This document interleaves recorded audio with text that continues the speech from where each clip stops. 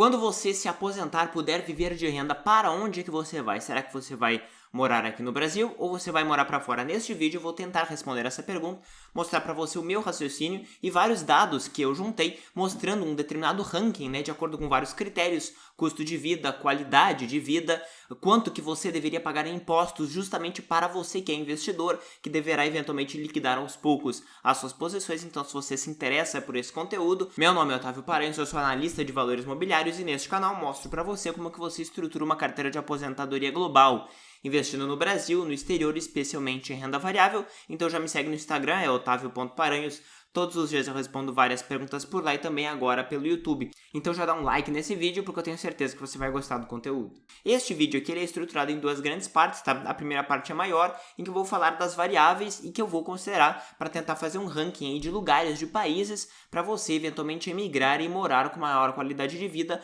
com poder aquisitivo maior. Vou considerar então a parte do custo de vida, os baixos impostos para investidores. Então aqui eu olhei todas as alíquotas máximas de ganho de capital, né, de imposto sobre ganho de capital que são aplicáveis.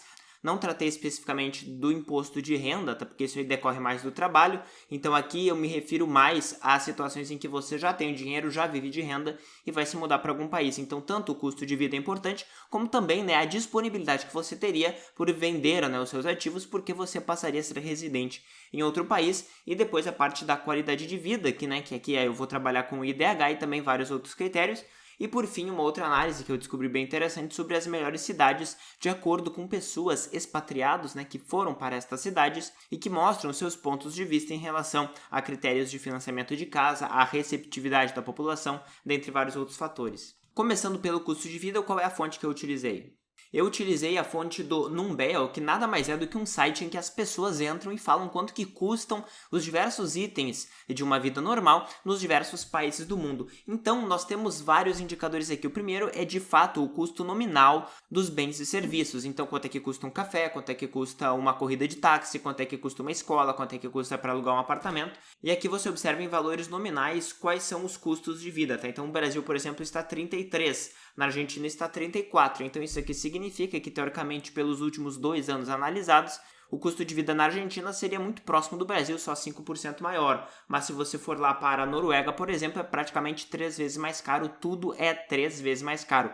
Aqui eu desconsidero a parte do poder aquisitivo das pessoas que, obviamente, ganham mais. Aqui estou falando somente do custo de vida de maneira nominal, tá? Isso aqui é importante porque, eventualmente, se você está aposentado, você não vai trabalhar lá por definição. Portanto, a sua qualidade de vida vai depender muito de quanto que você conseguir comprar em bens e serviços. Quando nós olhamos o ranking aqui, então nós temos o ranking de custo de vida, tá? O país, um dos mais caros é Bermuda, depois vem a Suíça, depois a Noruega, a Islândia, etc.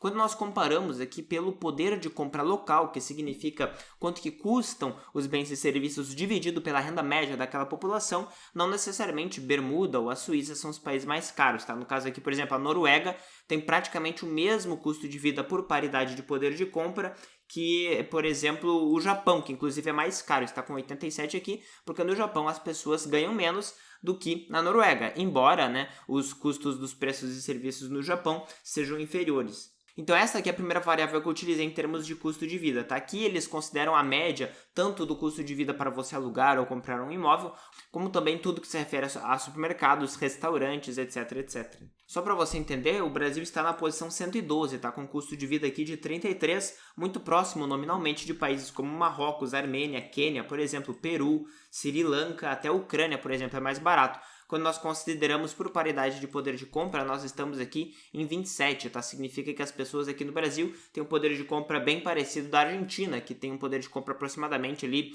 12, 15% maior do que o Brasil. A segunda variável que eu vou trazer para vocês numa tabela comparativa depois é o IDH, que é o Índice de Desenvolvimento Humano, e ele é formado por 3 grandes variáveis.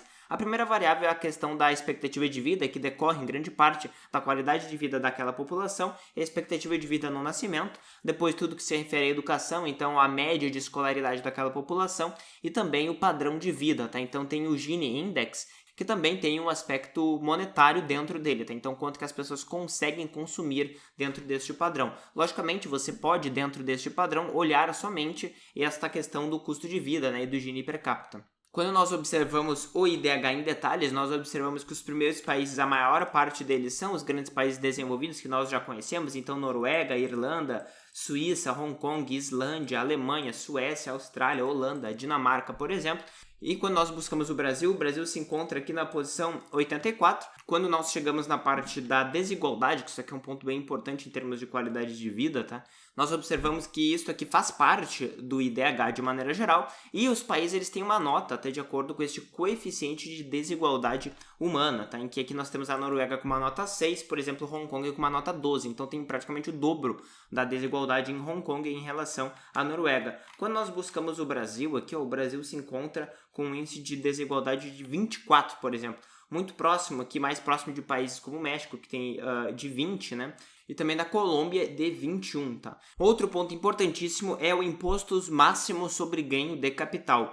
A Tax Foundation é uma organização que mede todas essas questões fiscais no mundo. Aqui eu dei um exemplo para você da tributação máxima sobre ganho de capital, ou seja, sobre a sua venda dos seus ativos no exterior, na Europa, tá? Mas isso aqui também é aplicável no mundo inteiro, eu já vou mostrar para vocês. Isso aqui é importante por quê? Porque em regra, embora você possa receber dividendos dos seus ativos, em geral é muito mais inteligente que você faça um investimento com base somente em ganho de capital, investimentos de acumulação, especialmente na Irlanda e na Europa de maneira geral, porque você reduz imposto de maneira geral. E, portanto, a tributação que você tem máxima que existe dentro de cada país, lógico que pode ter tributações inferiores, tá? Essas aqui são as tributações máximas, você tem uma boa ideia de quanto que você seria tributado justamente na sua renda, se você for viver de renda em cada um desses países. Então, por exemplo, na França, a tributação máxima sobre ganho de capital quando você vender ativos de acumulação, por exemplo, é de 34%. Em Portugal é de 28%, Espanha 26%, Itália 26%, Alemanha 26,4%.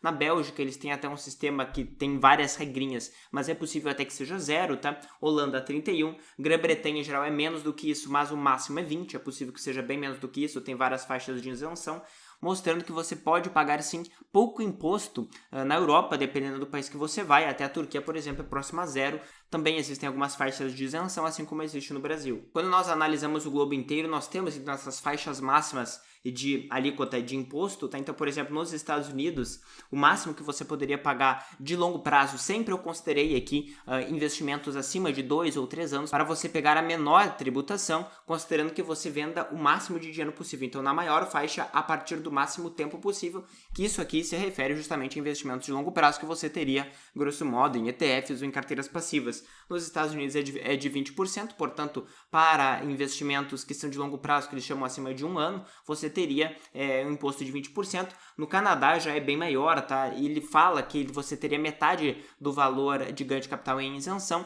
se aplicando a alíquota normal de imposto de renda, chegando aproximadamente ali em 22, 25% a alíquota efetiva. Quando nós vamos ver, por exemplo, na América do Sul, né, o Brasil, ele fala aqui que o máximo seria 22,5%, que é aquela tributação sobre o ganho de capital que você teria com renda fixa, tá? Se você vender um título, por exemplo, e com ações você sabe que é de 15%, com fundos imobiliários de 20%.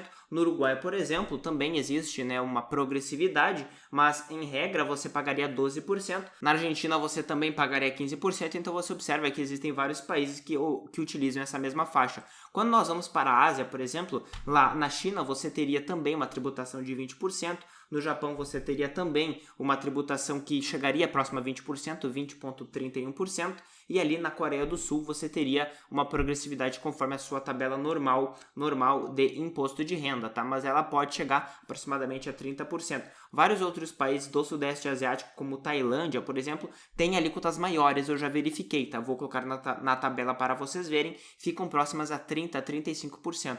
Tailândia, por exemplo, cobra, né, até 35%. Quando nós vamos para a Oceania, a Malásia cobra próximo a 30% também. A Austrália cobra também uma progressividade chegando próximo de 40%. E aí, por fim, eu fiz esta tabela aqui para mostrar para vocês o resultado. Então, aqui nós temos os países, o custo de vida de acordo com o valor nominal que nós observamos lá no site do Numbeo. Depois, aqui o imposto máximo sobre ganho de capital pode ser menor do que isso. Para todos esses indicadores aqui, o IDH também, eu fiz uma classificação por número, tá? Por nota, em que o país que tem o maior IDH tem uma nota menor, né? Um país que tem um menor imposto sobre ganho de capital também e um menor custo de vida também. Você pode colocar uma determinada proporção, um determinado peso. Então, se eu considero, por exemplo, que o IDH é importante, eu dou uma nota de 50% aqui, ó, 0,5. Então, todas as notas abaixo vão ser multiplicadas por este peso que eu dei para encontrar uma posição. E daí quando você faz a soma, supondo aqui que eu dei 40% de peso para a parte do custo de vida, 10% de peso para a parte do imposto e 50% de peso para a parte do IDH, eu teria esta nota final aqui. Se eu colocar em ordem crescente, o primeiro país, né, seria o Cazaquistão, por incrível que pareça, porque o custo de vida é muito baixo, o imposto sobre ganho de capital também, e o IDH é relativamente alto, tá? Bem maior que no Brasil, por exemplo. Depois Turquia, Geórgia, Romênia, Argentina, Colômbia, por exemplo, são esses países que ficam na frente. Quando nós observamos os países europeus, tá, mais próximos, você observa, por exemplo, a Suíça, a Bélgica, que pode, em alguns casos, ter alíquota de ganho de capital zero, assim como a Suíça, em alguns casos, tá? Apesar de eles terem um IDH enorme e serem bem caros, pode ser vantajoso neste ponto. Depois, outros países mais próximos aqui, você observa que são muitos países da Ásia em geral, então Singapura, por exemplo, e depois outros países europeus, Reino Unido, Suécia, Eslovênia, Croácia, por exemplo. O Brasil já chega na posição 32, então as pessoas podem reclamar e de maneira geral, mas o Brasil não é um país caro quando você encontra os lugares certos e também é um país que você paga relativamente pouco imposto sobre ganho de capital, que seria de 15% no máximo, tá? Você sabe ainda que existem as isenções de imposto de renda. Lógico que se eu mudar aqui a nota, por exemplo, eu dou um peso muito maior à parte do imposto, 0,5%, e dou um peso menor para a parte da qualidade de vida, do IDH. Então aí se eu colocar aqui em ordem crescente, o principal país aqui, o mais barato em tese, seria a Turquia, depois Geórgia, Cazaquistão, Malásia, Colômbia, Peru, Bolívia, então vários países aqui da América Latina, tá? E você observa o Brasil já na posição 25, do lado do Equador, das Filipinas, etc. Então esta ferramenta aqui, até para você brincar um pouco e ver qual é o país aquele que se adequaria melhor à sua situação, você pode baixar aqui na descrição deste vídeo. Depois disso, eu encontrei uma associação, na realidade é uma empresa bem interessante que se chama Internations, que reúne várias pessoas que emigraram dos seus países, e eles também fizeram uma determinada lista de cidades que são mais receptivas ou não para pessoas que estão chegando. E eles utilizaram vários critérios aqui. Então, primeiro é a parte da qualidade de vida, depois a parte da acomodação, né, como que a pessoa chega, então a parte do relacionamento que ela poderia ter, como que ela se sente dentro daquela cidade, depois a parte mais de trabalho dentro da cidade. Isso aqui se aplica menos a pessoas que vão apenas desfrutar da vida, aposentados, mas ainda assim é válido. E depois a parte das finanças e a parte da moradia, quão caro que é e quão acessível é para a pessoa de maneira geral. Primeiro a parte da qualidade da vida urbana, tá? As primeiras cidades que chegaram considerando 4 critérios diferentes, que primeiro é a parte do clima e de tudo que é área de lazer, depois a parte de transporte, depois a parte de segurança e política e por fim a parte de saúde e meio ambiente. Essas 4 variáveis que determinam a qualidade da vida urbana. As primeiras cidades são Viena, Basel, Singapura, Munique, Praga, Zurique, Madrid, Lausanne e Copenhagen. Você observa aqui que as primeiras cidades todas são europeias, tá? Europeias de maneira geral, exceto ali Singapura, obviamente, tá? Então você observa que de maneira geral a Europa tem uma excelente qualidade de vida na média, tá? Lógico que não necessariamente na parte do clima, tá? Quando você observa o clima, as cidades espanholas se destacam, então Málaga e Barcelona, depois Cape Town, né, que é a cidade do Capo, lá na África do Sul, Madrid já é a 4ª cidade de novo, então a Espanha é um ótimo país em termos climáticos, tá? E quando nós vamos para a parte de saúde, que é bem importante eventualmente para quem tem mais idade, tá? Se você é um pouco mais velho, cidades também europeias se destacam. Então, Viena, Aachen, Munique, Copenhagen, Madrid, Praga e depois aqui nós já vamos para Toronto, Sydney, fora da Europa, tá? E quais são as piores cidades nesses quesitos, tá? Então, Joanesburgo, Cairo e Roma ficaram bem para trás, tá? Em todos esses grandes critérios. Por que não tem cidades brasileiras aqui? Basicamente porque eles precisavam de uma quantidade mínima de pessoas opinando sobre as cidades, sobre cada um desses itens para para que a cidade entrasse aqui nos dados, tá? Como isso não aconteceu para as cidades brasileiras, eles tiraram, mas é bom para nós termos aqui uma percepção mais real. Para quem é muito sociável, gosta de festa, gosta de bar e gosta eventualmente de entrar em grupos locais, este outro critério aqui ele pode ser bem útil. Então tudo que se refere à sociabilidade, né, a parte de socialização e língua local, você observa que até cidades como Kuala Lumpur, na Malásia, elas se destacaram, tá? A Kuala Lumpur inclusive ficou na primeira no ranking geral, eu já vou comentar mais dela. Depois a cidade do México, Málaga, Nairobi, Muscat, Dubai, Lisboa, Vancouver, Madrid e Ho Chi Minh Minh City. Então você vê que não são aquelas primeiras cidades europeias mais desenvolvidas de maneira geral. Aqui nós já passamos para o sul da Europa de maneira geral e também fora da Europa, até então parte da Oceania até aqui a América Latina também. E por fim, a última parte que eu vou pegar, a parte das finanças, né, e a parte também do custo de vida local e a parte da residência, quanto que custaria.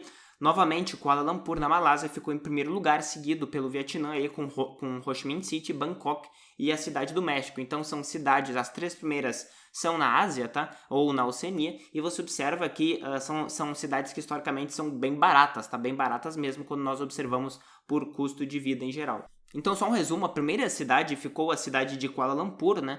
2/3 das pessoas que estão expatriadas lá e foram entrevistadas disseram que Kuala Lumpur é uma cidade acessível a ponto de eles terem renda acima das suas necessidades, tá? E a segunda cidade foi a cidade de Málaga, na Espanha, tá? Málaga é uma cidade interessante porque ela aparece primeiro na parte de socialização e tudo que se refere a círculos sociais, né? Então essas aqui são algumas ideias para você considerar se mudar eventualmente do Brasil, tá? Esse aqui não é um vídeo especialmente sobre investimento, é um vídeo mais sobre aposentadoria de maneira geral. Espero que você tenha gostado desse formato. Se você gostou, dá um like. Se você não gostou, dá um dislike para eu saber. Coloca aqui nos comentários eventualmente para onde que você consideraria ir se você não quisesse ficar no Brasil. E se você quiser ficar no Brasil, me fale onde no Brasil que você gostaria de ir, beleza? E pega esse vídeo aqui, manda o link no grupo da família, no grupo dos amigos. Todo mundo precisa considerar ter, enfim, uma boa aposentadoria, precisa considerar investir de maneira global para conseguir se aposentar com renda e moeda forte em qualquer lugar do mundo. Então não deixe de se inscrever no canal, ative as notificações para você não perder nada que eu coloco aqui. Valeu!